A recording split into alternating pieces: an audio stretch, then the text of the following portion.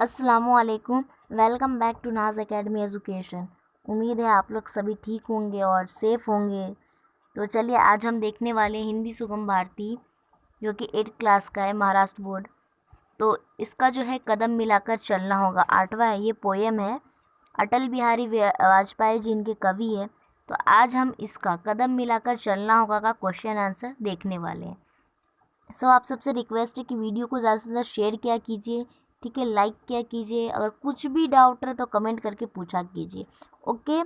सो और स्पेशली जो बच्चे कमेंट किए हैं मैं उसके आंसर दी हूँ, और जो कमेंट में नहीं दे सकती थी उनके आंसर मैं वीडियोस अभी बनाऊँगी तो मैं उनमें दूँगी, ठीक है।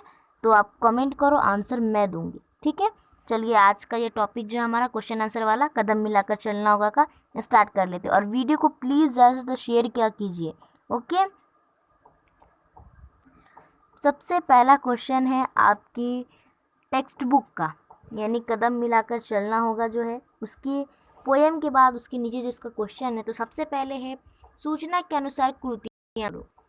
तो पहला है उसका निम्नलिखित पंक्तियों का अर्थ लिखो, यानी कि जो पंक्ति आपको दिया गया है उसका मीनिंग बताना, अर्थ बताना है कि क्या है, इसके मायने बताने क्या है। सबसे पहला है अरमानों को दलना होगा, यानी इसका मीनिंग क्या हो सकता है वो आपको उत्तर में लिखना है। और बाय द वे आपको एग्ज़ाम में किसी भी पंक्ति का बोल सकता है अर्थ लिखो, तो इंशाल्लाह मैं उसका एक्सप्लेनेशन का वीडियो बना दूंगी, तो आप लोग उसको अच्छे से सुन लेना। बार बार रिपीट करके, कुछ डाउट है तो बार बार रिपीट करके सुन लेना ना, तो पूरा डाउट ख़त्म हो जाएगा। तो सबसे पहले भी हम इसका आंसर देख लेते हैं। इसका आंसर है कवि कहते हैं कि हमें निरंतर कदम मिलाकर आगे बढ़ते रहना चाहिए। इसके लिए हमें अरमानों अभिलाषाओं की परवाह नहीं करनी चाहिए। हमें अपनी सारी इच्छाओं को कोई महत्व नहीं देना चाहिए, महत्व मात्र उद्देश्य को देना चाहिए। यानी कि देखिए अब क्या कह रहे हैं कि कवि कौन है, अटल बिहारी वाजपेयी जी। वो कहते हैं कि हमें निरंतर कदम से, यानी हमें बिना रुके अपने कदम को चलते रह मतलब आगे बढ़ते रहना चाहिए, हमें अपने लक्ष्य की ओर, यानी जो हमें बनना है, हमारा जो मंजिल है उसकी ओर बढ़ते रहना चाहिए हमें बिना रुकावट के। उसके लिए जो हमारी अरमान है, उनकी जो अभिलाषाएं, अभिलाषाओं का मतलब होता है इच्छा, ख्वाहिश, इनको त्यागना पड़े तो इनको त्याग दो, लेकिन अपनी इन सारी इच्छाओं को बिना परवाह करे त्याग दो, इनको कोई महत्व मत दो। महत्व दो तो सिर्फ और सिर्फ उद्देश्य को, यानी सिर्फ और सिर्फ आपके लक्ष्य को इम्पोर्टेंस दो, यानी आपकी मंजिल जो आपका जो लक्ष्य है उसको सिर्फ और सिर्फ ध्यान दो और आगे बढ़ो।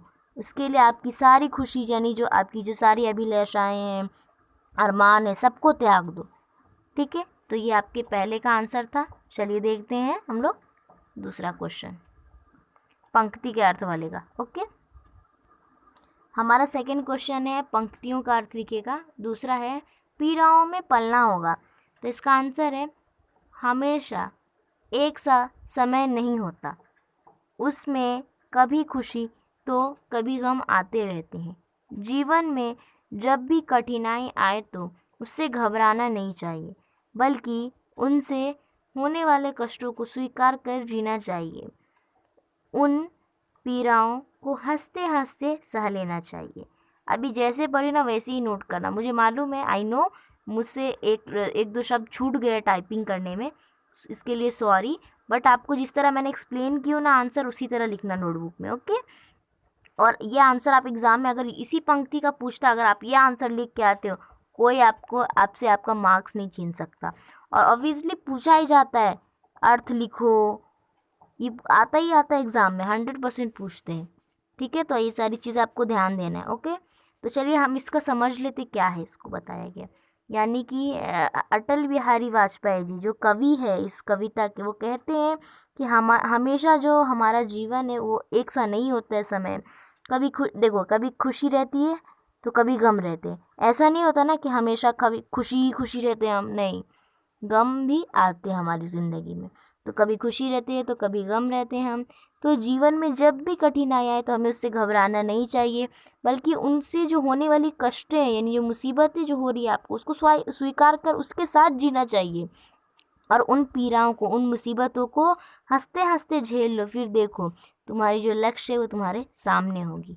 यानी एक ये है थॉट है कि संघर्ष ही जीवन है, struggle is life is the best. मेरे ख्याल सबसे अच्छा ये कॉल है कि सबसे स्ट्रगल इज लाइफ, संघर्ष ही जीवन है, यानी जिस लाइफ में संघर्ष ना हो वो किसी काम का नहीं। ठीक है, चलिए देखते हैं नेक्स्ट क्वेश्चन। अब दूसरा क्वेश्चन है हमारा, आकृति में दिए शब्दों की उचित जोड़ियां मिलाओ और तालिका में लिखो। अब देखो आकृति, ये आकृति हो गया हमारा, इसमें जो भी शब्द आपको दिए गए हैं, प्रलय, असंख्यक, उन्नत, शैक्षणिक, बलिदान, मस्तक, घोरघटा, जीत, ये सारे जो शब्द आपको दिए गए हैं, क्या करना है, इन्हीं शब्दों में से आपको जोड़ी बनाकर लिखनी है। यानी किसकी जोड़ी कौन होगी, अ में एक लिखो तो उसका जोड़ी क्या होगा, उसको आ में लिखना पड़ेगा, इस तरह। यानी कि जैसे कि यहाँ पे मैं एग्जांपल देके समझा देती हूँ। प्रलय, तो प्रलय यहाँ लिखेंगे हम लोग, तो इसका जो जोड़ी क्या होगा, घोरघटा, जो घोरघटा है वो हम आ में लिखेंगे। इस तरह हमें जोड़ी बनाकर, इनमें से ही हमें जोड़ी बनाकर लिखनी है। ठीक है, तो चलिए मैं इसका आंसर आपको दिखा दूँ स्क्रीन पे। ओके, और कोई डाउट हो तो कमेंट करके पूछ लो। तो देखिए यहाँ पे आंसर है, पहला है प्रलय, तो प्रलय का आएगा आ में घोरघटा। दूसरा है उन्नत, उन्नत का आएगा मस्तक। तीसरा है असंख्यक, असंख्यक का होगा बलिदान। चौथा है शैक्षणिक, शैक्षणिक का होगा जीत। तो यानी 8 थे, यानी जो ये आकृति उसमें 8 शब्द दिए गए थे और 8 की जोड़ी हमने बता दिया आपको। तो आप लोग स्क्रीन पे अच्छे से देख लो, स्क्रीनशॉट ले लो और देख के अच्छे से लिख लो। ठीक है, चलिए देखते हैं नेक्स्ट क्वेश्चन। अब आपका नेक्स्ट क्वेश्चन है, एक वाक्य में उत्तर लिखो। यानी कि हमें जो क्वेश्चन दिया गया उसके आंसर शॉर्ट होने चाहिए, एक वाक्य में होना चाहिए, ज़्यादा बड़ा नहीं होना चाहिए। एक वाक्य का मतलब ये नहीं कि मतलब एकदम छोटा सा, एकदम ही छोटा, यानी एक उसका आंसर हो सकता है एक शब्द में भी हो सकता है, एक वाक्य में भी होना चाहिए, पर उससे ज़्यादा नहीं होना चाहिए। एक वाक्य में उत्तर लिखो, ये है ना, इसका मतलब है कि शॉर्ट आंसर होना चाहिए। तो सबसे पहला है हमारा, आग की ज्वालाएं कहाँ बरसेगी। तो हम इसका आंसर आपको स्क्रीन पे दिखा रहे हैं और आप लोग देख कर लिख लो। Okay, your answer on your screen. सबसे पहला जो क्वेश्चन था, आग की ज्वालाएं कहाँ बरसेगी, तो उसका उत्तर है आग की ज्वालाएं सिर पर बरसेगी। हो गया एक वाक्य में आंसर। देखो कहाँ को कट करो, सर लिखो, सिर पर, आंसर हो जाएगा आग की ज्वालाएं सिर पर बरसेगी। ठीक है, उसके बाद दूसरा क्वेश्चन है, क्या बनकर डलना होगा, तो पावस बनकर ढलना होगा। ठीक है, तो ये आंसर है आपका, यानी ये भी एक वाक्य में ख़त्म। यहाँ पे क्या को कट करेंगे हम लोग, पावस लिखो तो हो गया, पावस बनकर डलना होगा। ठीक है, तो यहाँ पे आपके आंसर्स हो चुके हैं, ये इसका है और ये इसका है। ठीक है, तो आप लोग देख लो और लिख लो। चलिए देखते हैं नेक्स्ट क्वेश्चन। अब आपका नेक्स्ट क्वेश्चन है भाषा बिंदु, यानी कि वो ग्रामर से रिलेटेड होगा। ओके, तो चलिए हम लोग देख लेते हैं। भाषा बिंदु का अ है, पद्य पाठों में आई विरुद्धार्थी शब्द जोड़ियों की सूची बनाओ। यानी कि आपका जो पद्य यानी जो कविता दिया गया है, उस पद्य में से बहुत सारे विरुद्धार्थी शब्द है, लेकिन क्या करना है, विरुद्धार्थी शब्द यानी अपोजिट वर्ड, है ना। तो अपोजिट वर्ड की जोड़ियां हमें बनाकर लिखनी है, सूची बनानी। कितनी, 1 2 3 4, यहाँ पे 4 दिए तो हम 4 ही लिखेंगे। ठीक है, वैसे बन तो रही है बहुत सारी, बट हम 4 ही लिखेंगे। और विरुद्धार्थी शब्द की एक खासियत है, ये देखो यहाँ पे बीच में क्रॉस के निशान लगे हैं। तो आप कभी भी ना, जब आपको विरुद्धार्थी शब्द लिखने बोले, ये तो खाली ये लाइन लिख दे और ऐसा आपको क्रॉसिंग का निशान ना दे, तो आपको कंफ्यूज नहीं होना। क्या करना है, जैसे कि फॉर एग्ज़ाम्पल है ऊपर, तो ऊपर हो गया ना, तो आप इक्वल टू नहीं लगाना, इस इक्वल को हटाकर, इक्वल कभी नहीं लगाना वरना गलत हो जाएगा, बल्कि ऐसे क्रॉस निशानी दे के तब आप उसका अपोजिट वर्ड लिखेंगे। ठीक है, नीचे, चाहे वो इंग्लिश हो या तो फिर उर्दू हो या फिर हिंदी हो या फिर मराठी, ये चारों लैंग्वेज में ये क्रॉस की जो निशानी है, यानी ये जो मल्टीप्लिकेशन भी समझो या क्रॉस समझो, ये इसी तरह रहना चाहिए, ये चेंज मत करना। वरना अगर आपने चेंज किया, आपने सही भी लिखे होंगे विरुद्धार्थी शब्द, फिर भी गलत कर दिया जाएगा।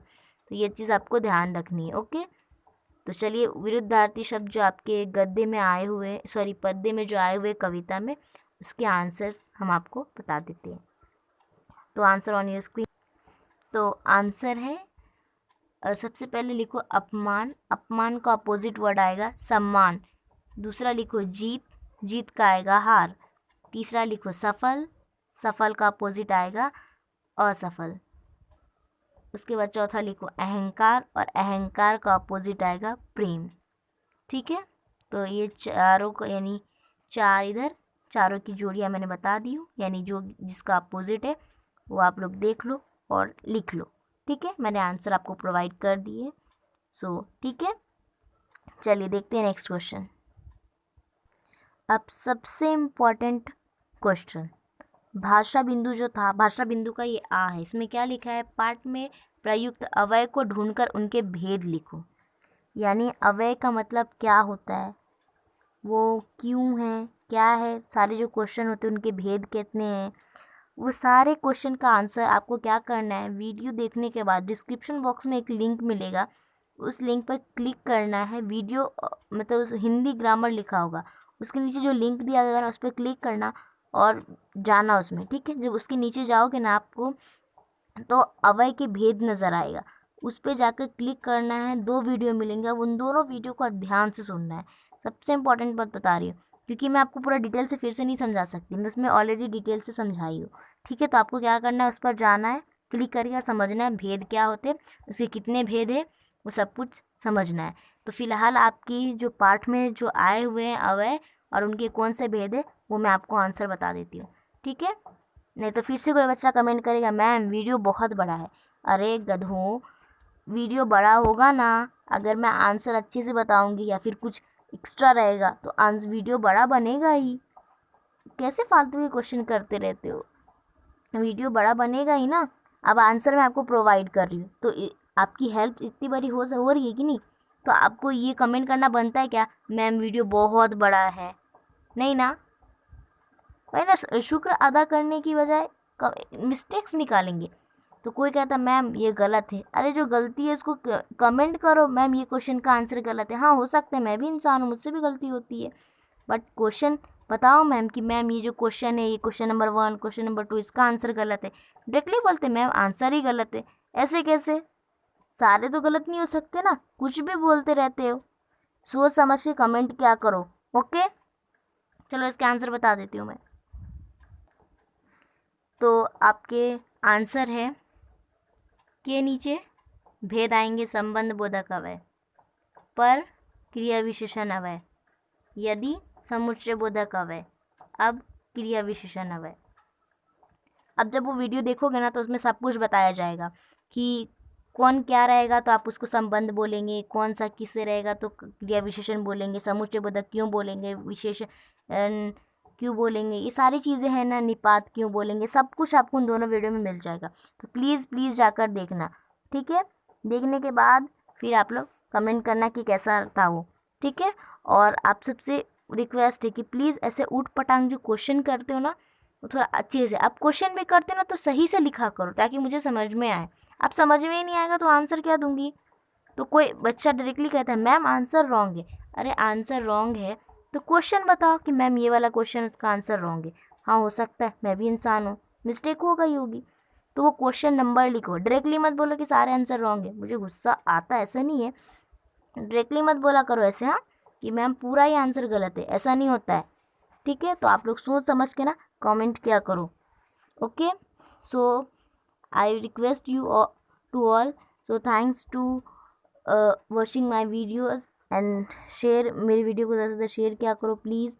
ओके, और प्लीज़ अगर आप लोग को बुरा लगा होगा ना तो सॉरी, क्योंकि ना देखो मैं भी इंसान हूँ भी नहीं, हो सकता है कुछ मिस्टेक्स हो गए होंगे, तो आप बोलो ना कि मैम ये क्वेश्चन ना गलत हो गया है, तो ठीक है मैं उसको कोशिश करूँगी सुधारने की। पर आप डायरेक्टली यही बोलोगे कि मैम पूरा ही आंसर रॉन्ग है तो बुरा तो मुझे लगेगा ना। पता है मैं कितनी मेहनत से वीडियो बनाती हूँ, जो भी आंसर होते हैं ना मैं इसको टाइपिंग करके लिखती हूँ। सोचो फिर मुझे कितने टाइम वेस्ट होते होंगे, होता है होगा कि नहीं। आप वीडियो बनाना इजी नहीं है बेटे, पर मैं चाहती हूँ कि आप लोग को हेल्प मिले, आप लोग के टाइम वेस्ट ना हो, इसके लिए मैं आपको वीडियोज़ प्रोवाइड करती हूँ ताकि आपको आंसर्स मिले, ढूंढने में टाइम वेस्ट ना हो, आप डायरेक्टली समझो वो चीज़ को। इसलिए मैं आप लोग कितनी हेल्प कर रही हो, कुछ भी करते रहते हो। तो पता है कोई बच्चा, मैं ना नाम नहीं ले रही हूँ, नाम लूँगी ना तो आप लोग समझ में पड़ जाएंगे। पता है कोई बच्चा कहता है मैम पेज नंबर क्या है, वो ये लो, इनको पेज नंबर ही नहीं पता है, ये कौन सा पेज नंबर है चल रहा है। अरे गधों, जाओ बुक खोलो तब मालूम पड़ेगा ना कितने पेज नंबर पे कौन सा क्वेश्चन है, कौन सा हम अभी चालू किए। तो चलो ये सब बात छोड़ते हो और आप सबसे रिक्वेस्ट करती हूँ कि प्लीज़ सब्सक्राइब करके हमेशा हमारे हमारे साथ जुड़े रहो और फ्री में पढ़ाई करते रहो। यहाँ पे कोई प्राइस नहीं लिए जाते, कोई पैसे नहीं लिए जाते, आपको फ्री में पढ़ाए जाते। सो ओके, तो आप सबसे रिक्वेस्ट है प्लीज़ हमारे साथ जुड़े रहे और फ्री में पढ़ाई करते रहे। इंशाल्लाह हम लाइव क्लासेस करेंगे अब, ठीक है। सो मेरे जितने भी सब्सक्राइबर उन सबका शुक्रिया और वीडियो जो भी देखते हैं उन सबका शुक्रिया अदा करती हूँ मैं, ठीक है। और आप लोग को वीडियो देखने के बाद वो दोनों वीडियो भी देखने जो डिस्क्रिप्शन बॉक्स में लिंक दी हूँ मैं, और आपको कमेंट करना है कि ये वीडियो कैसा रहा, ये जो क्वेश्चन आंसर का वीडियो कैसा लगा आपको, कुछ डाउट है तो वो कमेंट करो, ओके। सो चलिए मिलते हैं नेक्स्ट वीडियो में, जब तक के लिए अल्लाह हाफिज़, टेक केयर। वीडियो को एंड करने से पहले आप लोग को एक और क्वेश्चन है जो कि अभी मुझे याद है कि वो भी बता देना चाहिए क्योंकि वो इम्पोर्टेंट है आप लोग के लिए, क्योंकि एग्ज़ाम में 2 मार्क्स के लिए पूछता ही पूछता है। देखो कल्पना पलवन से एक क्वेश्चन है, पीराओं में पलना होगा, इस पंक्ति से संबंधित अपने विचार लिखो। देखो मैं एक बात आप लोग को डायरेक्टली बोल देना चाहती हूँ कि अपने विचार लिखो वाले जो क्वेश्चन है ना वो पूछता है 2 मार्क्स के लिए। कितने? 2 मार्क्स के लिए पूछता है। सो आप लोग ना उन चीज़ों पे ध्यान दिया करो, ठीक है। पर्सनल रिस्पॉन्स क्वेश्चन रहते हैं ना, ये अपने विचार लिखो, इंग्लिश में भी रहते होंगे आपको। तो ये जो क्वेश्चन है पीराओं में पलना होगा, तो इसका आंसर आप लोग किस तरह लिखेंगे? पैराग्राफ बनाएंगे। क्या करेंगे? सबसे पहले लिखेंगे कि पीराओं में पलना होगा, ये क्वेश्चन आपको डाल लेना है और ये मतलब पूरा ही क्वेश्चन लिखना होगा, पूरा लिखना है, तब उसके नीचे उत्तर लिखना है। क्या लिखना है? कि हमें अपनी जीवन में जितनी भी मुसीबतें आए, पीड़ा, जो उन मुसीबतों से जो कष्टें होती है हमें उनसे नहीं घबराना चाहिए, उन पीड़ाओं को कम कर यानी अच्छे से उस पीड़ाओं का सामना करके हमें आगे बढ़ते रहना चाहिए और हमारा जो लक्ष्य है उस पर ध्यान देना चाहिए। हमारी मंजिल को पाने के लिए कितनी भी कष्टें आए हमें उसे ख़त्म करते हुए आगे बढ़ना चाहिए। ये आंसर अगर आप लिखते हो आपको 2 मार्क्स देने से कोई भी टीचर नहीं कतराएगा, ठीक है। तो आप ये आंसर्स लिख लेना, ओके। चलो अब मैं वीडियो को एंड कर देती हूँ। देखो सारे क्वेश्चन के आंसर मैंने आपको बता दिए, ठीक है, सारे क्वेश्चन ख़त्म हमारे। हाँ एक क्वेश्चन और है उपयोजित लेखन से, ये वाला है ना, शब्दों के आधार पर कहानी लिखो। बेटे ये वाला देखो क्या है कि ये जो क्वेश्चन है आपका शब्दों के आधार पर कहानी लिखो, क्या है? रोशनी, पलंग, पत्र, पहाड़ी। अब इसको क्या करना है आपको, ये ना आपका खुद का काम है। उपयोजित लेखन में कहानी, पता है मैं आपको आंसर कहानी बनाना है। आप कहानी किस तरह बनाएंगे? हाँ मैं पहाड़ पर रहता था, हमारे इधर रोशनी नहीं थी, तो मैंने जो ये होती तो मैंने म्युनिसिपल कॉरपोरेशन को पत्र लिखा तो उन्होंने मतलब रोशनी का इंतज़ाम, इस तरह से मतलब कुछ भी कहानी बना देनी है हमको, है ना। उसमें कहानी पे एक चीज़ ध्यान देने का कि जो आपको वर्ड्स दिए गए, जो शब्द दिए गए वो जो शब्द है वो आने ज़रूरी है। अगर आपको ये कहानी नहीं बनता है तो कमेंट कर देना, मैं आपको बनाकर अलग से वीडियो प्रोवाइड कर दूँगी, ठीक है। So all the best and thanks to watching for my video, ठीक है।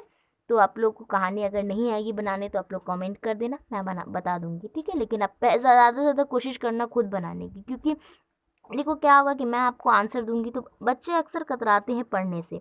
क्या होगा कि मैं आंसर दूंगी फटाफट क्या करेंगे, वीडियो पॉज करेंगे, ऑन करेंगे और लिख कर ख़त्म कर देंगे। नहीं, पहले ना खुद कोशिश करने का, क्योंकि एग्ज़ाम में 5 मार्क्स के लिए कहानी पूछते हैं। अगर आपको एटलीस्ट 8 क्लास में नहीं पूछता है लेकिन 9th और 10th में तो 100% पूछता है। विज्ञापन बोले थे सभी ने तो मैंने विज्ञापन की वीडियोस प्रोवाइड किए, तो देखो उनको जाकर, ठीक है। तो ये सारी चीज़ें जो इम्पोर्टेंट होती है ना उसको देखने का बेटे, ऐसा नहीं है ना। तो वीडियो देखो आप, ठीक है। और सो सबसे इम्पोर्टेंट बात, कोई डाउट रहे कमेंट करो, ओके। एंड वीडियो कैसा लगा प्लीज़ कमेंट करना, ओके। चलिए, अल्लाह हाफिज़, टेक केयर।